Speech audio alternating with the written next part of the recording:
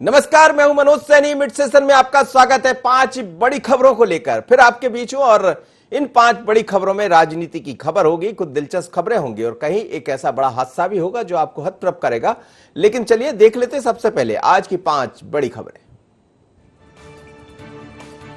MP में फिर EVM का जिन,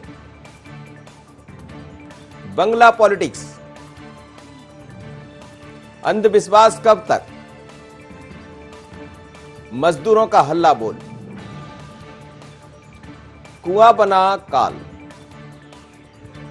तो ये 5 बड़ी खबरें हैं जिनके साथ हम आगे बढ़ते हैं। लेकिन सबसे शुरुआत करेंगे एमपी में फिर ईवीएम का जिन। विधानसभा चुनाव से पहले बैलेट पेपर से वोटिंग की मांग होने लगी है। कांग्रेस ने की बैलेट पेपर से चुनाव कराने की मांग।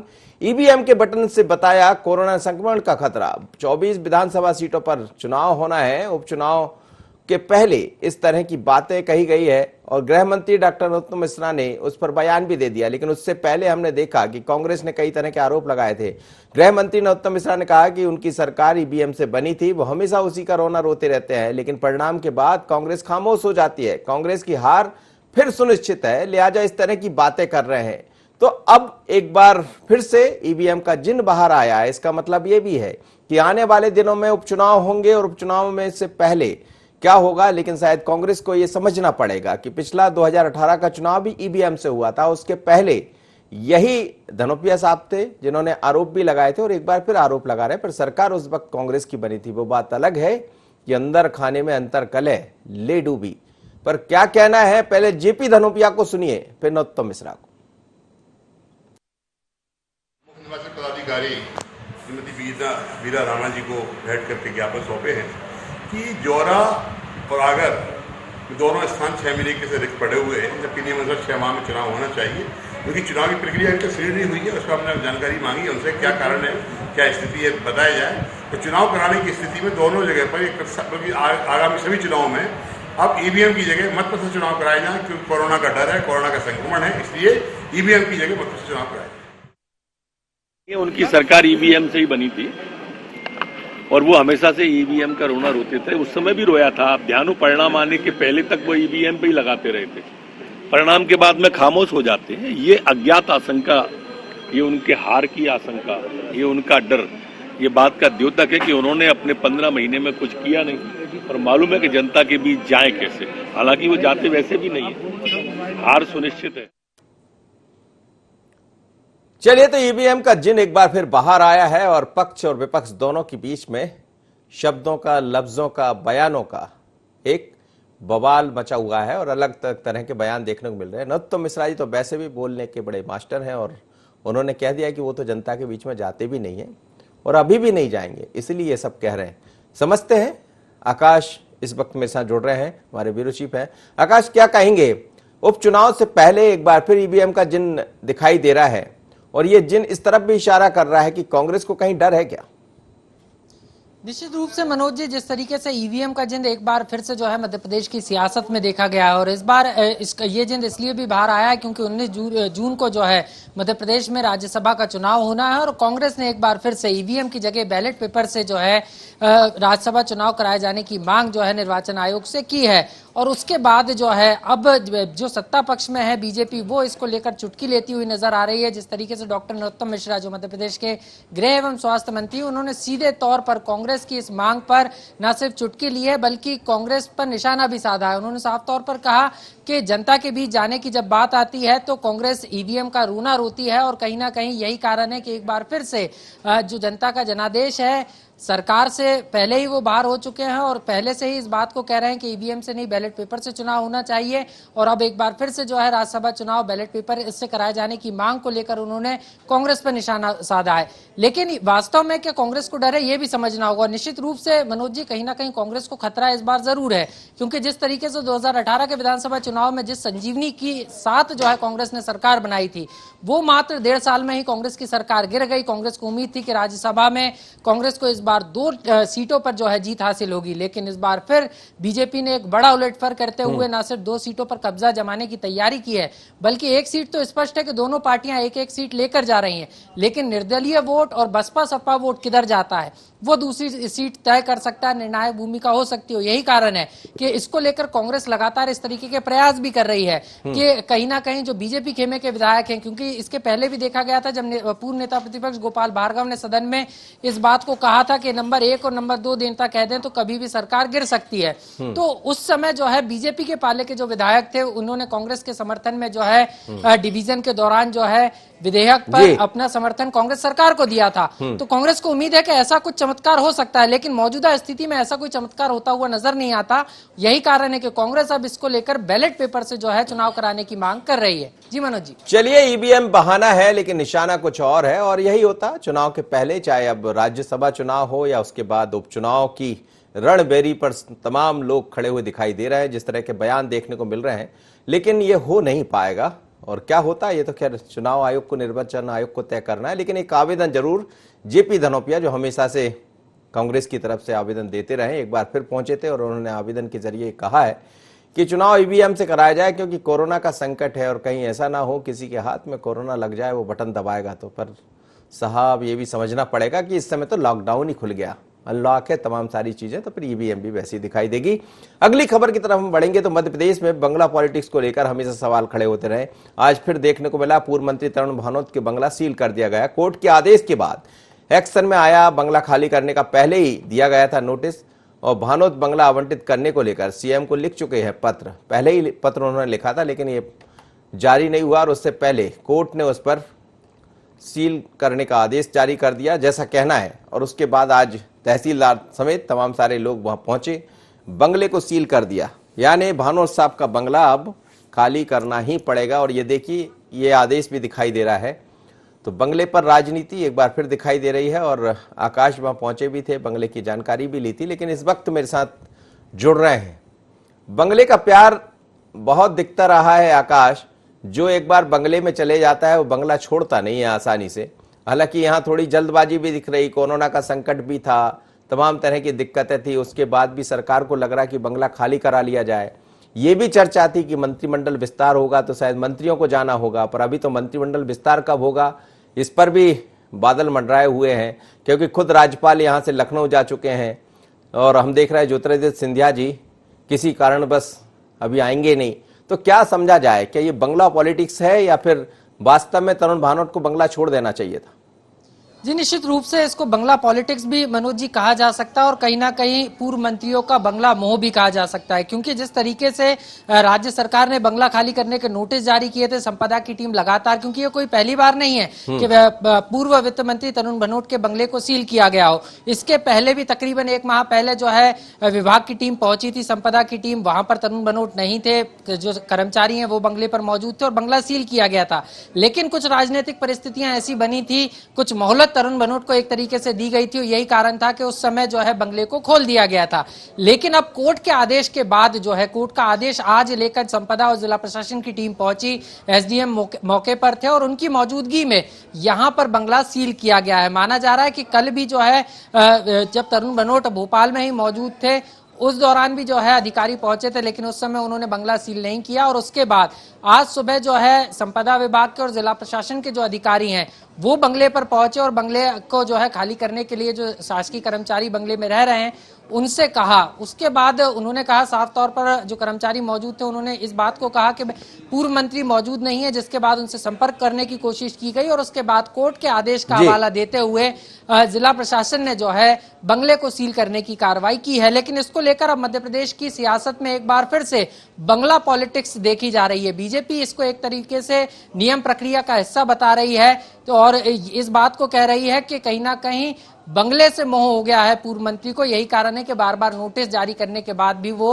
बंगला खाली नहीं कर रहे हैं। वहीं अगर कांग्रेस की बात करें तो कांग्रेस इसको लेकर बदले की राजनीति की बात कह रही है और इस बात का हवाला दे रही कि जब मध्य प्रदेश में कांग्रेस की सरकार बनी थी तो कई पूर्व मंत्रियों को जो है उनके बंगलों में रहने दिया गया था, लेकिन कोरोना संकट काल में भी बीजेपी बदले की भावना से जो है पूर्व मंत्रियों के बंगले खाली करा रही है। लेकिन आकाश, सवाल यही है कि आखिर ये बंगले का मोह जाता क्यों नहीं है? आप जनप्रतिनिधि चुने जाते हैं, 5 साल के लिए होते, 5 साल बाद ही बंगला खाली करना पड़ता है। हम ये पहली बार नहीं है, अकेले तरुण भानोट पर सवाल नहीं है, सवाल उन भारतीय जनता पार्टी के नेताओं पर भी होते हैं जो 1.5 साल से बंगलों में बने रहे। उन्होंने बंगला खाली आखिर नहीं किया तो नहीं किया, वो बात अलग है कि अब फिर सरकार वापस आ गई और बंगले यथावत बने रहेंगे।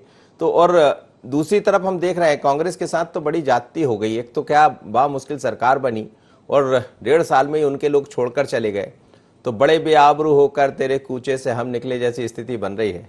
क्या कहेंगे, क्या ये बंगला पॉलिटिक्स और चलती रहेगी या फिर अब तरुण भानोट से आपकी बात हुई है इस मुद्दे पर? जी बिल्कुल, तरुण भानोट अभी इस पूरे मसले पर बात तो नहीं कर रहे हैं मनोज जी, लेकिन जिस तरीके से 2 से 3 दिन पहले जब हमारी बात हुई थी तो उन्होंने इस बात को स्वीकार भी किया था कि उन्होंने जो है ये बंगले को लेकर जो है उन्होंने 74 बंगले में एक बंगला आवंटित करने की मांग जो है मुख्यमंत्री शिवराज सिंह चौहान से की थी और इसको लेकर एक लेटर भी उन्होंने जो है मुख्यमंत्री शिवराज सिंह चौहान को लिखने की बात कही थी और कल ही वो लेटर उन्होंने मुख्यमंत्री शिवराज सिंह चौहान को लिखा भी था। लेकिन मोह बंगले का क्यों है, ये एक बड़ा सवाल जरूर है मनोज जी, क्योंकि अगर हम बात करें जिस तरीके से 15 साल बाद संजीवनी के साथ कांग्रेस ने मध्य प्रदेश में वापसी की थी, सरकार बनाई थी, उसके बाद जब बंगलों का रखरखाव दोबारा से शुरू हुआ था, दोबारा से बंगलों को बनाने का काम हुआ था, तो जब विपक्ष में बैठी बीजेपी ने इस तरीके के आरोप भी लगाए थे कि आलीशान बंगला बनाया जा रहा है, किसानों की कर्ज माफी के लिए पैसा नहीं है सरकार के पास और करोड़ों रुपए खर्च करके बंगले को जो है तैयार किया जा रहा है। और यही कारण है कि तैयार किए बंगले में कांग्रेस के जो मंत्री हैं, कई मंत्री तो ऐसे भी हैं मनोज जी कि जो पूर्व मंत्री बंगले में शिफ्ट भी नहीं हो पाए थे और कांग्रेस की सरकार चली गई। तो अब मोह तो जरूर हो गया है, लेकिन उनको अब ये स्पष्ट लगने लगा है कि ये बीजेपी की सरकार है और बीजेपी भी चाहती है कि कांग्रेस को किसी भी तरीके से मौका नहीं मिले और यही कारण है कि उपचुनाव के पहले ही कांग्रेस नेताओं को इस तरीके से बंगले खाली करने के नोटिस जारी किए गए। चलिए, बिल्कुल सही कह रहे हैं आकाश, और ये तो उपचुनाव के बाद ही तय होगा कि बंगले में लगातार कौन रहे। कहीं ऐसा ना हो कि कुछ और हो जाए, जो बंगले अभी किसी और के हैं वो बाद में किसी और के हो जाए। और इसीलिए कहते हैं साहब, मोह मत पालिए, इस मोह से बचिए, क्योंकि ये परमानेंट व्यवस्था नहीं है। परमानेंट व्यवस्था तो वो है जहां से आप चुनाव जीत कर आए, पर वहां जाएगा कौन? एक बार कोई भोपाल आ जाए तो क्या वापस जाता है वो? और यही मोह है राजनीति का। जनता से बड़े बड़े बातें करते हैं, वादे करते हैं, कहते हैं कि हम आपके हर सुख दुख में खड़े होंगे, लेकिन यहां तो सुख बंगले से मिलता है। चलिए आगे बढ़ते हैं और अगली खबर रतलाम से है। यहां अंधविश्वास और कोरोना का एक सीधा मेल दिखाई दे रहा है। क्या आप समझ सकते हैं कि कोरोना को अंधविश्वास के द्वारा यानी झाड़ फूंक करके दूर किया जा सकता है? लेकिन रतलाम में ये देखने को मिला है, झाड़ फूंक के चक्कर में वहां संक्रमण बढ़ गया। दरअसल एक बाबा है, वो लगातार लोगों को समझाइश दे रहे थे और ये बता रहे थे कि साहब झाड़ फूंक से सब दूर हो जाएगा, कोरोना ठीक हो जाएगा। लेकिन बाबा तो चले गए दुनिया से, पर 14 लोगों को पॉजिटिव कर गए। अब दिक्कत उन बाबाओं पर आन पड़ी जो लंबे समय से कोरोना की आड़ में अपना झाड़ फूंक का बिजनेस चला रहे थे, धंधा चला रहे थे, लेकिन अब उन पर पुलिस की नजर टेढ़ी हो गई, प्रशासन की नजर टेढ़ी हो गई और वो दिक्कत में आ गए। जो लोग आपको दिखाई दे रहे होंगे टीवी स्क्रीन पर, ये सब पहुंच गए अस्पताल में और अस्पताल में पहुंचने के साथ ही अब इनका उपचार चल रहा है। परेशान है, बाबा को याद कर रहे हैं, पर बाबा तो बाय बाय करके चले गए दुनिया से, खुद गए पर 14 को अस्पताल पहुंचा गए। मत पड़िएगा भाई, आप यदि किसी ऐसे झाड़ फूंक के चक्कर में है जिससे लगता है कि कोरोना दूर हो जाएगा, तो ये संक्रमण है, इसमें सोशल डिस्टेंस का पालन करना होगा और अपने आप पर, अपने मुंह पर मास्क लगा के रखना होगा, हाथ धोना होगा, तभी मिटेगा। चलिए यशवंत मेरे साथ जुड़ रहे हैं, हमारे संवाददाता, उनसे समझते हैं। यशवंत, क्या है ये मामला? कितने बाबा ऐसे हैं जो झाड़ फूंक करके लोगों को सुधार रहे थे, कोरोना से बचाव के टिप्स दे रहे थे? जी मनोज, सबसे पहले मैं बताना चाहूंगा कि ये जो शुरुआत हुई है वो एक बाबा अनवर है जो कि नयापुरा क्षेत्र में रतलाम में रहते थे। 4 जून को उनकी मौत हो गई और 5 जून को उनकी रिपोर्ट पॉजिटिव आई। उसके बाद शासन प्रशासन में एकदम हड़कंप समझ गया कि एक बाबा के होने के कारण कितने लोग उसके पास में आए हों, कितने लोग उनके साथ में आए हों, कितने लोग उनके टच में आए होंगे, जो उसके कारण और कोरोना फैल सकता है। तुरंत शासन प्रशासन ने एक्शन लिया। एक्शन लेने के बाद उस क्षेत्र को कंटेनमेंट क्षेत्र घोषित किया, वहां के आसपास के लोगों को कंटेनमेंट क्वारंटाइन किया गया। लेकिन उनके साथ में जो अनवर बाबा के साथी थे, करीब लगभग 33 बाबा जो ऐसे हैं जो झाड़ फूंक करके, किसी प्रकार के झाड़ फूंक करके दुख दूर करते हैं या किसी बीमारी दूर करने की बात करते हैं, उनको कल तक शासन प्रशासन ने अपने उस कब्जे में लिया और सभी को, कईयों को मेडिकल कॉलेज में और कई लोगों को क्वारंटाइन किया गया। मनोज, तो ऐसा तो नहीं है यशवंत, तो वहां भी झाड़ फूंक करने लगे और आसपास जो आ रहे हैं उनसे कहने लगे क्वारंटाइन तो उनको कर दिया, लेकिन पता लगा कि आसपास के लोगों में और उन्होंने झाड़ फूक कर दी। जी वो मनोज, इसमें सीधा सीधा पूरा शासन प्रशासन ने ध्यान रखा है कि कुछ लोग जो उनके सानिध्य में काम करते थे अनवर बाबा के, जिनके कारण एक कोरोना का एक बम तरह का फूटा जिले में, जिसमें 13 लोग कल रात को पॉजिटिव आए हैं। उसमें से 2 या 3 तरह के अलग अलग उनको बांटा गया है। 6-7 को अलग किया गया है, 8-10 लोगों को अलग किया गया है। इस प्रकार 3 जगह उनको क्वारंटाइन किया गया है, ताकि और उनके साथ में किसी प्रकार के ऐसे लोगों को नहीं रखा गया है जो इन बाबाओं के चंगुल में फंस सके। साथ ही उनके ऊपर पूरी नजर भी अब शासन प्रशासन रख रहा है। लेकिन सबसे बड़ी बात कि जब वो खुलेआम घूम रहे थे, जब शासन प्रशासन ने उनके ऊपर कोई बड़ा एक्शन क्यों नहीं लिया मनोज? ये बड़ा सवाल है, और यही होता है जब आग लगती है तब कुआं खोदने बैठते हैं। बहुत बहुत धन्यवाद, आप मेरे साथ जुड़े यशवंत। लेकिन रतलाम में बड़े मुश्किल में पड़ गए 14 लोग, लेकिन यशवंत बता रहे हैं कि संख्या 30 के आसपास पहुंच गई है। तो बाबा रे बाबा, ऐसे बाबाओं से बचिएगा, क्योंकि ये कोरोना दूर नहीं करेंगे। फिर आपसे कहना चाहूंगा, मास्क लगाइए, सैनिटाइजर का इस्तेमाल कीजिए और सोशल डिस्टेंस का पालन कीजिए, क्योंकि आने वाले दिनों में ये संकट और बढ़ने वाला, कम नहीं होगा। ये बात अलग है कि मध्य प्रदेश का रिकवरी रेट बहुत अच्छा है। अगली खबर की तरफ हम बढ़ेंगे। ये रीवा से खबर है। यहां मजदूरों का हल्ला बोल हो गया। काम पर ना रखे जाने से नाराज जेपी सीमेंट कंपनी के गेट पर बैठ गए मजदूर, और बड़ी संख्या में ये मजदूर लामबंद होकर लगातार धरना प्रदर्शन कर रहे हैं। दरअसल इनका कहना है कि इनको नौकरी से निकाल दिया, इनको तनख्वाह नहीं दी जा रही है। और ये देखिएगा आप, बड़ी तादाद में जेपी सीमेंट में लोग वहां काम करने वाले हैं। इस बीच में जो जेपी सीमेंट के प्रबंधन है, उनने भी समझाने का प्रयास किया, लेकिन वो नहीं समझे। और बड़ी खबर है ये कि गेट पर लगातार बैठे हुए हैं, धरना कर रहे हैं, प्रदर्शन कर रहे हैं। और ऐसी तस्वीरें आपको देश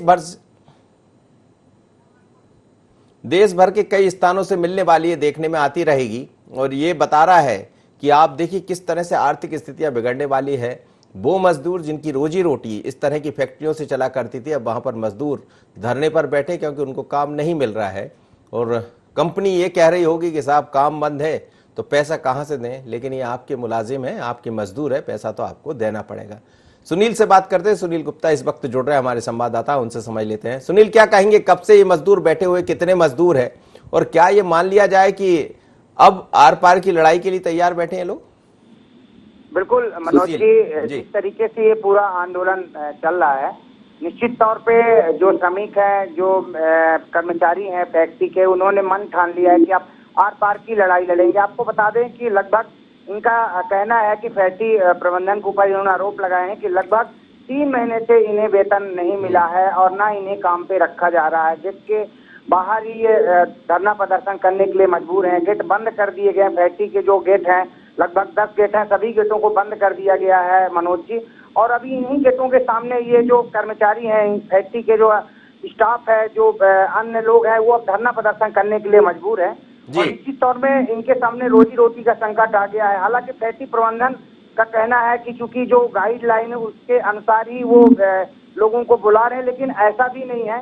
कहीं न कहीं बात की जाए तो लगभग हजारों से अधिक जो कर्मचारी हैं वो आज काम पे नहीं आ रहे हैं। उनके सामने रोजी रोटी का संकट बना हुआ है मनोज जी। निश्चित तौर में फैक्ट्री प्रबंधन का जो रवैया है, कहीं न कहीं ये रवैया को देख के लगता है कि जो एक इंसानियत है, जिन कर्मचारियों ने फैक्ट्री के लिए इतनी मेहनत की, आज इस मुश्किल घड़ी में फैक्ट्री उनको काम पे नहीं रख रही है। कई सवाल खड़े हो रहे हैं मनोज जी। सुशील, ऐसी फैक्ट्रियां अकेली जेपी सीमेंट नहीं है, वहां आसपास और भी सीमेंट की फैक्ट्रियां हैं, तो क्या सभी जगह इस तरह की स्थितियां बनी हुई है, अकेली इसी सीमेंट फैक्ट्री में इस तरह के हाल देखे जा रहे हैं? बिल्कुल मनोज जी, ये आपने बहुत अच्छा सवाल किया कि अगर बात की जाए अन्य फैक्ट्री, चूंकि भिंड की बात की जाए और रीवा की बात की जाए तो कई सीमेंट फैक्ट्रियां हैं यहाँ पर, लेकिन ऐसी किसी फैक्ट्री पर ऐसी स्थिति नहीं है जो कि जेपी के सामने आ रही है। अब तभी जुबान ये बात भी सामने आ रही कि फैक्ट्री प्रबंधन कर्मचारियों को रखने की विचार में नहीं है। कहीं न कहीं यही कारण है कि अब इन कर्मचारियों को भी लगने लगा है कि उन्हें धरना प्रदर्शन आंदोलन करना चाहिए, अपनी बात रखनी चाहिए, ताकि प्रशासन सरकार स्तर तक उनकी बात पहुंचे मनोज जी। चलिए, बहुत बहुत धन्यवाद सुशील। लेकिन जेपी सीमेंट का एक दौर में काफी नाम रहा और काफी मजदूर वहां काम किया करते थे। और बिंद और रीवा के बारे में आपको बता दें कि यहाँ सीमेंट की कई फैक्ट्रियां, कई लोगों को रोजगार मिला है। लेकिन इस वक्त संकट कोरोना का है, और कोरोना के संकट के बहाने जो फैक्ट्री मालिक है वो अपना संकट भी दूर कर लेना चाहते हैं। लेकिन उस परिवार का क्या होगा जिनके घर के लोग वहां से अपनी रोटी रोजी की व्यवस्था करते थे। अगली खबर, आज का दिन हादसों का नाम रहा, जहां कुएं में गिरने से 8 लोगों की जान चली गई। वहीं मध्य प्रदेश और छत्तीसगढ़ की 2 तस्वीरें हम आपको दिखा रहे हैं। पहली तस्वीर शाजापुर की है, जहां निर्माणाधीन दीवार गिरने से मजदूरों की मौत हो गई। वहीं दूसरी तस्वीर में आपको दिखाएंगे कि जांजगीर चांपा के कुएं में 4 लोगों की गिरने से मौत हो गई। तो ये 2 तस्वीरें हैं, आप देख रहे हैं। तो अब इनको देखकर तो यही कहा जाएगा कि कुआं बना काल, मौत का कुआं समा गई 8 जिंदगियां। लापरवाही के कारण यह हादसा हुआ, लेकिन जिम्मेदार कौन है, ये बड़ा सवाल है। और ये आप देखिएगा कि यहाँ लगातार 2 तरह की तस्वीरें आपको दिखाई दे रही है। एक जगह काम करते हुए कुआं खोदते समय और एक जगह कुएं में लोग गिर गए, उनको निकालने का प्रयास किया गया। जांजगीर चांपा से खबर आई है, दूसरी खबर शाजापुर से आई है जो मध्य प्रदेश में है। तो मध्य प्रदेश छत्तीसगढ़ से दोनों जगह से खबरें हद से की है। यहाँ करीब करीब जैसा हम बता रहे थे आपको कि 4 लोगों की जान जा चुकी है और कई दफा यही छोटी सी गलती बड़ी जान ले बैठती है। और ये उसका, इस वक्त पंकज मेरे साथ जुड़ रहे हैं, पंकज से बात कर लेते हैं। पंकज, क्या कहेंगे, किस तरह का हादसा है और जो लोग वहां फंसे हुए थे क्या सबको निकाल लिया गया? मनोज जी, बता रहा हूँ, शाजापुर जिले के मोहन बड़ौदा थाना क्षेत्र के ग्राम विजयना खेड़ी के दिल दहलाने वाली घटना सामने आई है। यहाँ एक कुएं में गहरीकरण का कार्य जारी था। अचानक कुएं की दीवार टूट गई, नीचे गिर गई और कुआं धीरे धीरे पूरा धंस गया, जिससे 4 मजदूर कुएं में दब गए थे। सूचना पर प्रशासन का अमला मौके पर स्थान पर पहुंच गया था। मजदूरों को निकालने का काम शुरू कर दिया था। करीब 17 घंटे से चले रेस्क्यू के बाद चारों मजदूरों को आज सुबह 11 से 12 बजे के समथिंग निकाल लिया गया। कुआं मालिक की घटना के बाद ही फरार हो गया था। बताना चाहूंगा मनोज जी कि मौके पर पुलिस, कलेक्टर विनय जी जैन, एसपी पंकज श्रीवास्तव मौजूद रहे। कलेक्टर ने मृतक के परिवार को उचित सहायता की घोषणा की है। चलिए ठीक है, उचित सहायता मिल जाए तो काफी अच्छा होगा। इस बार जांजगीर से भी हमारे संवाददाता जुड़े, उनसे भी बात कर लेते हैं। जांजगीर, राकेश, ये किस तरह की घटना है, इसमें कितने लोगों की जान गई है और अभी क्या हाल है? जी मनोज जी, बताना चाहता हूँ, पूरा मामला जांजगीर चांपा जिले अंतर्गत हसाऊ थाना के अंतर्गत आने वाले धमनी गांव का है, जहां एक कुएं की सफाई के लिए 4 मजदूर उतरे थे, जहां से चारों की मौके पर ही मौत हो गई, जहां से जहरीले गैस की वजह से उन लोग को मौत हुई है। जी, तो अभी क्या स्थितियां हैं? और तो लोग नहीं थे वहां पर, सिर्फ 4 ही लोग थे? ये अभी भी मौके पर पुलिस वहां पे है और 4 ही लोग वहां पे मौजूद थे और 4 लोग की मृत्यु होगी। पोस्टमार्टम के लिए जयदेवपुर हॉस्पिटल भेज दिए गए इन लोग को। अभी कोई सरकार ने इनको मदद की है? जी मनोज जी, अभी तो ऐसा कुछ मामला आया ही नहीं है, न कुछ मदद किए हैं। चलिए, आप निगाह बनाए रखिएगा। जांजगीर से एक खबर है, जहां 4 लोग जब कुएं की खुदाई कर रहे थे, उसी दौरान वहां पे गैस, जहरीली गैस नहीं होती, दरअसल ये जब खुदाई करते हैं तो कुछ इस तरह की गैस निकल आती है, जिसके कारण स्थितियां निर्मित होती है। कई दफा उसके शिकार भी हो जाते हैं लोग, अचानक निकल नहीं पाते और फिर उसके कारण काल के गाल में समा जाते हैं। और ये पहली घटना नहीं है, ये तस्वीरें आप देख रहे हैं, बड़ा एक हादसा हुआ है, मौत का कुआं बना है। 2, ये देखिएगा, प्रशासन के लोग वहां पहुंचे थे, निकाला है, लोगों को अस्पताल पहुंचाया और जहां जांजगीर में जो लोग की मौत हुई है उनको पोस्टमार्टम कराया गया है। पोस्टमार्टम की जरूरत तो होती है सरकारी, जब इस तरह की खबरें सामने आती है। लेकिन मध्य प्रदेश में ये दुखद हादसा है, मध्य प्रदेश छत्तीसगढ़ में, और कई दफा ऐसा दिन सामने आता है जब वो हादसों का दिन बन जाता। तो आज बुधवार का दिन हादसों का दिन कहा जाएगा और इसी तरह की खबरें लेकर हम मिड सेशन में आते हैं, जिसमें कुछ खबरें ऐसी भी होती है, कुछ जैसा हम आपसे कहते हैं राजनीति से जुड़ी हुई खबरें होती है, कुछ दिलचस्प खबरें भी होती है। तो मिड सेशन में आप जरूर बने रहिएगा, फिर हम जब लौटेंगे तो कुछ नई खबरों के साथ आपसे मुखातिब होंगे। पर देखते रहिए IND24। मुझे दीजिए इजाजत, नमस्कार।